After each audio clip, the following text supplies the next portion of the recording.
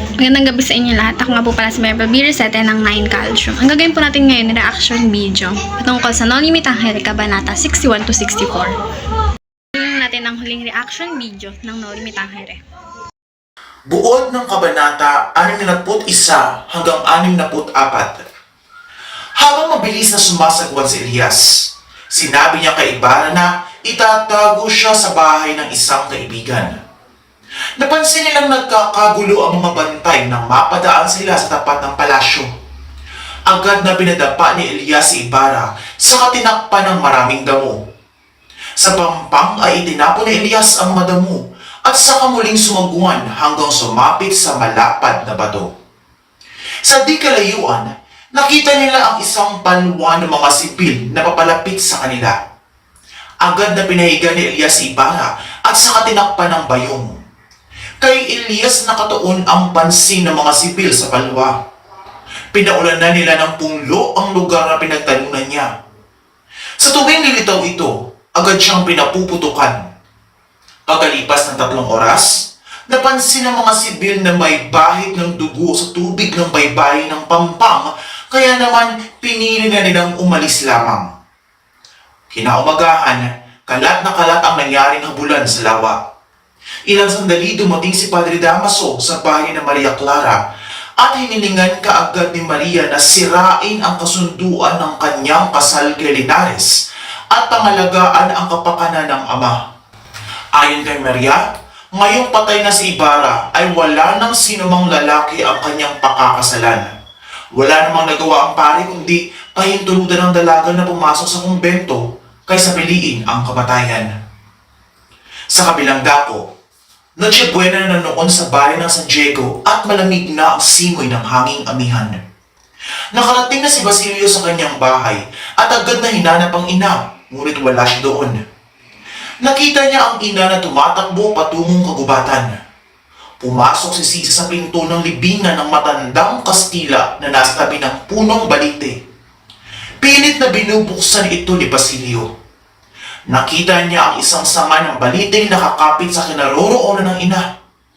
Kaagad niya itong niyakap at pinaghagkan hanggang sa mawala ng ulirat. Nang ang ulirat ni Basilio ang nagbalik at nakita ang ina, ay kumuha ito ng tubig at binisikan sa mukha.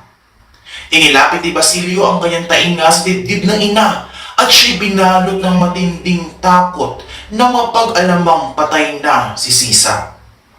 Niyakap ng mahigpit ni Basilio si Sisa saka napaiyak ng malakas. Nang maiangat niya ang kanyang ulo, ay nakita niya ang isang lalaki na nakatingin sa kanila. Tumango siya nang tanungin ng lalaki kung anak siya ng napatay.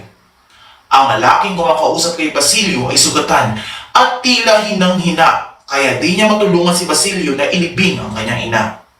Dahil dito ay pinagbilinan niya ang bata na kumuha ng maraming tuyong kahoy at isilansan sa bangkay ng kanyang ina at pagkaraan sila ay silaban hanggang sa maging abo ang kanilang katawan. Ang lalaking sugatan na kausap ni Basilio ay walang iba kundi si Elias.